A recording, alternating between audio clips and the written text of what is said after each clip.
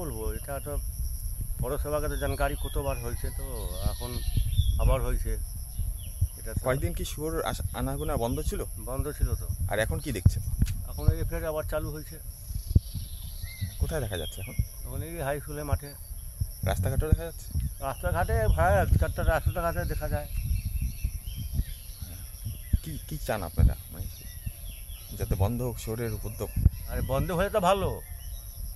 এমনি কি অসুবিধা হয় থাকলে? অসুবিধা হয় কি, এই দিকে যখন মাটি করে ওই আপনি আসেন, আমি দেখাই দিই ওই বাড়ির ঘরকে কী করছে ওই সাইডে, দেখবেন না যে আসেন, আমি দেখাই দিই। ঠিক।